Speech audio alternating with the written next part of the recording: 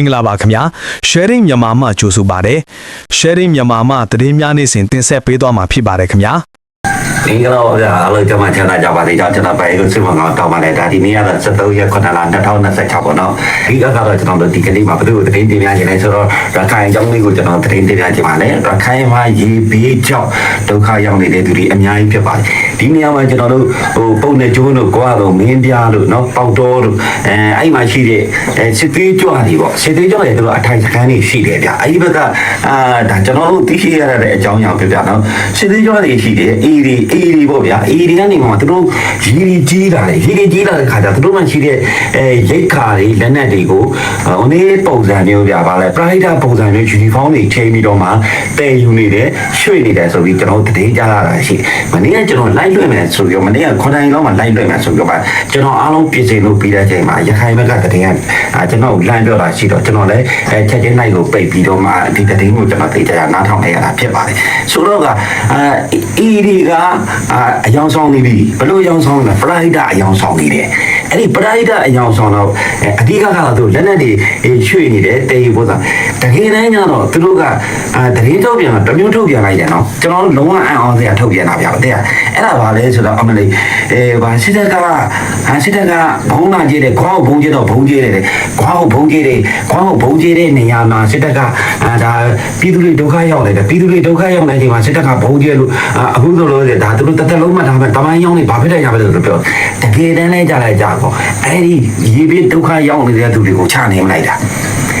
တကယ်လေရေဘေးဒုက္ခရောက်နေတယ်တကယ်လေရေဘေးဒုက္ခရောက်နေတဲ့သူတွေဘလို့ချနေလိုက်လဲဆိုသူတို့ကရိတ်ခါတွေကိုလိုက်ဝေတယ်ဆိုတဲ့အကြောင်းဆောင်ပြီးသူတို့ရှိတဲ့ရိတ်ခါတွေကိုရွှေ့တာအဲ့ဒီမှာလေရေတွေကတလုံးလောက်ဘယ်လောက်လဲ9ပေ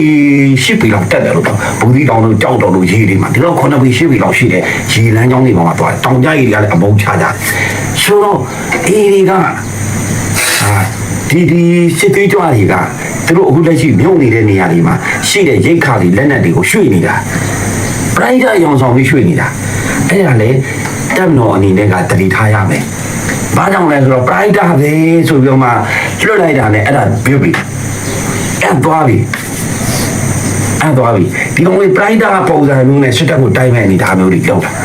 အဲ့တော့ရုံပါလားအခုအေးထုံးမြင်လိုက်လက်ပြီလက်ပြီဒီအောင်လက်တာကထုံးမြင်လိုက်လက်တာကအဆန်းညာအဆန်းအခုကတော့သူ့ရဲ့လက်တဲ့ပုံစံမျိုးကကျွန်တော်တို့ကဟိုအေးရမှာဖြစ်တဲ့ခါမင်းဒီပုံစံမျိုးကိုအတန်တော့ကြားတယ်ရုပ်အလောင်းတော့မမြင်ရသေးဘူးဒါကသူတို့ရဲ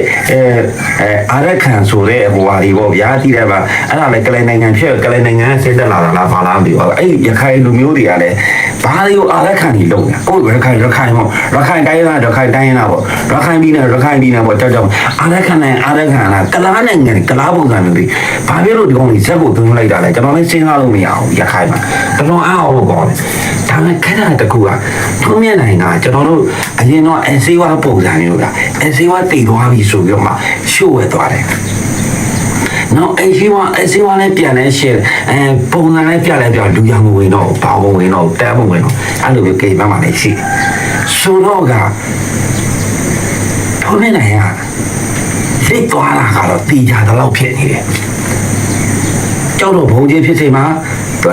တိုင်ရအပြင်းထန်ရပါတယ်ခြေတော်ဒီပါညာဖြတ်ပလိုက်ရတယ်လို့ကျွန်တော်ကြားရတာကြီးတကယ်လို့အေးအောင်တိုင်းဗျာအေးအောင်တိုင်းမှာဆိုလို့ရှိရင်ဒါ3နှစ်တက်လို့ပါညာရှိတယ်သူတို့ကဘယ်ခုံးကိုတင်လိုက်ပါပြီဘယ်ခုံးကိုတင်လိုက်ပါဆိုတော့ဒါဟိုခိုင်သူကထုတ်ပြန်နေတာပဲရခိုင်ခိုင်သူခရဲ့ပြန်ညာရေးဌာနဆိုပြီးထုတ်ပြန်နေတာအခုဒီသတင်းတွေကဟိုဘက်ဘောမရက်ကွက်မာတွေကပြောနေတယ်စစ်တပ်ဘက်ကပြောနေတယ်စစ်တပ်ထောက်ခံသူတွေပြောနေတယ်ဗမာတွေဘက်ကပြောတယ်တော့ဗမာမုန်းကြီးပြောတာအဲ့ဒီဥစ္စာလုံးဝမမှန်ကန်ပါဘူးကျွန်တော်တို့ရဲ့ဘုံချုပ်ထုံးမျက်နှာကြီးကဒီမှာရှိပါဆိုပြောတယ်မပြောဘူးဆိုတာအဲ့ခွေပြန်ပါလောဒီတော့လာတော့မှန်တယ်အောက်တပိုင်းလားအတက်လာတော့ကျွန်တော်သိကြအခုချိန်ပြီးမရသေးဘူးဒါပေမဲ့အဲ့ဘက်ကသတင်းတွေဝက်ချက်မနေ့က9နိုင်မှာကျွန်တော်ညီကိုမမလေးကျွန်တော်ပြောပြမယ်အေရီရဲ့လှုပ်ရှားမှုဘာညာဆိုတာတကယ်လေးကြလဲကြာကိုဗျာအဲ့ဒီဟာတွေတဲ့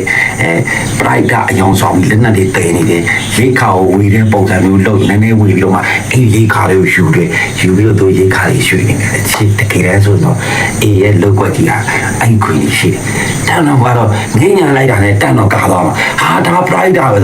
တိုက်မယ်ဆိုအဲ့ကောင်က pride နဲ့တိုက်တာနော် pride ကိုစားလို့ဝေပြီးတိုက်တာရခိုင် area အဲ့မှာတော်တော်ထူးဆန်းတယ်ဒါတွေကမလုံးသိဘူးကျွန်တော်ပြောပြဟုတ်တယ်မလားယူသားမှာတကယ်ပရိုက်တာလုပ်နေတဲ့လူတွေဒုက္ခရောက်ပါဘူးတကယ်ဒုက္ခရောက်နေတဲ့ရခိုင်တွေဘယ်လိုတော့ခဲ့နိုင်တော့ဘာမှလည်းတော့ဘူးမှမကဲတော့ဘာဖြစ်လို့ဆိုတော့ကြောက်တော့ဖြစ်စင်ပါဗျာခင်ဗျာယူမလုံးသိမလုံးတိုက်တာလူ920ကျော်ယူတာရှင်းချပလိုက်ဒါကိုပဲအခုစစ်သေးကြအေးထောက်ခံနေတဲ့ကောင်တွေတကောင်းမှအတမထုတ်နော်အဲ့ဒါမင်းတို့စစ်ခွေးတွေတည်းမဆိုင်ဘူးငါတို့ကတော်လိန်သမားကြီးတွေပြောတာဒါမျိုးရှိအဲ့တော့ကျွန်တော်ပြောတဲ့စကားကယူယူလေးပါထောက်ပြန်နိုင်တည်တော့ဖြစ်တယ်အောက်ပိုင်းတည်တာလားအသက်တည်တာလားတော့ကျွန်တော်အခုချိန်ထိကိုကျွန်တော်ဓာတ်ပေါက်ဒီဒီမှာကျွန်တော်ပြောမှာကျွန်တော်ဒီလေလစ်သွားလို့ပြောပြီးတကယ်မလစ်လို့ချင်းဘာကြီးကအချက်ကွဲမှာဒါမျိုးတော့အချက်ကွဲခံလို့မရဘူးကဲဒီနေ့ကျွန်တော်တို့ကြားသိတာဆိုလို့ချင်းပေါက်တဲ့ညိုင်နဲ့အဆက်မှာရှိတဲ့စစ်သေးကြစကမ်းပေါ့ဗျာအဓိကတော့ပသိမ်မုံရောလမ်းမိုင်းအဲ့တိုင်းမှာတောက်ဝိုင်းမှာတက်တော့ကဘုံဆက်နှလုံးလုံးကြဲချတယ်ဝိုင်းတွဲကြီးချင်းတော့ချက်ဖိုက်တာတွေတော့တိလိုက်တာပိုးစုပါစအများကြီးကျွန်တော်ပြောတယ်ခုတလုံးကသူတို့အာဇာနည်တွေဒါပေါ်ထွက်လာတယ်ဘာဖြစ်လို့ဆိုတော့6မှ20အယောက်20တေသွားလို့တန်းစီပြလာတဲ့ဟာကိုအဲ့ဒီမှာသူတို့အာဇာနည်လို့ပြောမှာအဲ့ဒီဇူလိုင်လမှာအာဇာနည်ဓာတ်ထွက်လိမ့်မယ်သူတို့ဘက်ကအခုအဲ့ဒါအာဇာနည်တွေဓာတ်ထွက်ပြီဇူလိုင်လမှာသူတို့အန်ယူဂျီဘက်ကအာဇာနည်တွေဓာတ်ထွက်တာကိုကျွန်တော်တွေ့ရတယ်ဆုံးရှုံးရင်နာရရှိခဲ့တော်လူမောင်ရင်ခုတို့ထွေးနေမှာအဲ့ဒီတိုင်းတွေထွက်လာတယ်ဆုံးရှုံးရင်တွေပဲရလာမှာအာဇာနည်တွေအများကြီးထွက်လာတယ်အဲ့ဆိုတော့အဲ့မှာမြိုင်နဲ့အနောက်ပိုင်းမှာလည်းကြားပိုက်တာနာစီကပုံရရှင်းနေတဲ့နေရာမှာအင်းအရောက်တော်များများတေသုံးတန်ရရှိတာအများကြီးကျွန်တော်ကြားသိရတာရှိတယ်ဆိုတော့ကစစ်သေးတော်လေးပါဖြစ်ပြီလေဒါကိုစဉ်းစားဖို့လိုတယ်နောက်ကတဝဲရင်းနဲ့စိတ်ကမ်းမှာတဝဲရင်းနဲ့စိတ်ကမ်းရှိတဲ့အဲ့ဒီမျိုးနဲ့မှာရှိတဲ့တောင်တော်ဆွကြောင်းထိုးနေတဲ့ခမောင်းကြောင်းရောင်မှာအဲ့မှာဂေးလာပြီးတော့မှတချိုးတွေဝင်လာကြတယ်ကားတွေနဲ့ဝင်လာကြတယ်အဲ့မှာမိတာစစ်သေးကြတယ်အယောက်90လောက်မိရအခုချိန်ဒီစစ်သေးနေတော့ကျွန်တော်ကြားရတာရှိကန်ဖန်အဲ့ဒါဆိုတိုင်းပြည်အေးကြမယ်နောက်ဆိုတော့တိုင်းပြည်အေးကြမှာကိုတိုင်းပြည်ကစင်ကြီးရဲပဲဖြစ်နေမှာဟိုသွားလို့ငါဒီသွားလို့ငါကုန်စင်းတော့တက်စီစီရပြက်စီရပြက်ကိုရီးယားဘောမှနေတယ်ဆိုပြီးတော့မှစီတောင်ကြတာမဟုတ်ဘူးအဲ့လိုမျိုးရှိတယ်အကုန်လုံးတိုင်းမှာကစင်ကြီးတွေဖြစ်နေတာအဲ့တော့တိုင်းပြည်အမြန်ဆုံးတက်မှာပေါ့စစ်သေးတော့မရှိမှာဖြစ်မှာတက်တော့ကိုအားကွာမှာတက်တော့အားမကိုတဲ့လူကအဲ့ဒါကိုတီတွင်ကိုတူးတာပဲလို့ကျွန်တော်တို့ကပြောရလိမ့်မယ်နောက်စကိုင်းမှာဆိုလည်းဟိုခန်းပတ်မှာခန်းပတ်ရဲ့နောက်ကပါတယ်သူကခန်းပတ်မှာလည်းပွဲတွေကနေတာကိုကျွန်တော်တွေ့ရတယ်ကာနန်ခန်းပတ်နဲ့ကာနန်မှာအဲ့မှာပွဲကားနေတယ်ချင်းနီပဒတ်တွေရောချင်းနီကိုပဒတ်တွေရောတေသုံးတန်ရရှိရတယ်အများကြီးကျွန်တော်တွေ့ရတယ်အများကြီးတွေ့ရတယ်ကျွန်တော်စီပို့ပေးတာလည်းအများကြီးရှိတယ်နောက်ဗမောမှာလည်းအဲ့မှာအေးဗမောမှာမိတာလည်းအများကြီးပဲအေးဗမောမှာတေးတာအများကြီးပဲတွေ့ရတယ်မင်းကတော့ဓာတ်ဘော်ဒီတွေရတယ်အလောင်းတွေလက်နက်တွေရတယ်အဲ့မှာကြည့်ရတော့အေးတွေဗျာအေးကအေးယူနီဖောင်းဝတ်တယ်KI ရ KI ယူနီဖောင်းဝတ်တယ်ပြီးတော့ဟိုဗဒတ်ဝင်စားဝတ်တာကိုတွေ့ရတယ်ဆိုတော့ကအဲ့မှာလည်းတိုင်ဝဲတွေဖြစ်နေပါလေဆိုတဲ့အကြောင်းကတက်မတော်ရဲ့အောင်ဝဲတွေပါလေအောင်ဝဲတွေရွေးရှိနေတယ်ဆိုတဲ့အကြောင်းကိုကျွန်တော်တတိပြိုင်နေပဲနေလုံးချုပ်ပါလေနောက်တစ်ခေါက်တတိထူတာရှိလို့ချင်းကျွန်တော်နေ့လည်ပိုင်းတတိကိုတင်ပြပေးပါမယ်အခုကျွန်တော်ပြောချင်တာကတော့ဒီနေ့ညကြလို့ရှိရင်ည7:00နာရီမှာကျွန်တော် live လွှင့်ပေးပါမယ်ဗျာမနေ့ကတော့လွှင့်မယ်ဆိုပြီးလုပ်ပြီးတော့မှတတိတွေကအရေးကြီးချင်းနဲ့တက်လာတဲ့အခါကျတော့ကျွန်တော်ကိုယ်တိုင်ဖြည့်ရှင်းပြပြီးမှကျွန်တော်ကိုယ်တိုင်ပြန်နေပြီးတော့မှမှတ်သားထားမှာဖြစ်လို့ကျွန်တော် live ကိုချက်ချင်းရှင်းလိုက်တာဖြစ်ပါတယ်အဲ့ဒီအတွက်တောင်းပန်ပါလေဗျာမေးချင်တဲ့လူများရှိလို့ရှိရင်လည်းမနေ့က live မှာဒီနေ့ညပေါ့ဗျာဒီနေ့ည73ရက်နေ့ဒီနေ့ညပေါ့ဒီနေ့ည live မှာည7:00နာရီမှာကျွန်တော်တိုက်ရိုက်ထုတ်လွှင့်ပေးပါမယ်ဗျာ တည်များနေစဉ်တင်ဆက်ပေးသွားမှာဖြစ်တဲ့အတွက်ကြိုက်နှစ်ပတ်တယ်ဆိုရင် like နဲ့ subscribe လေးနှိပ်ထားပြီး sharing မြန်မာမှာတည်များနေစဉ်ကြည့်ရှုနိုင်ပါတယ်ခင်ဗျာ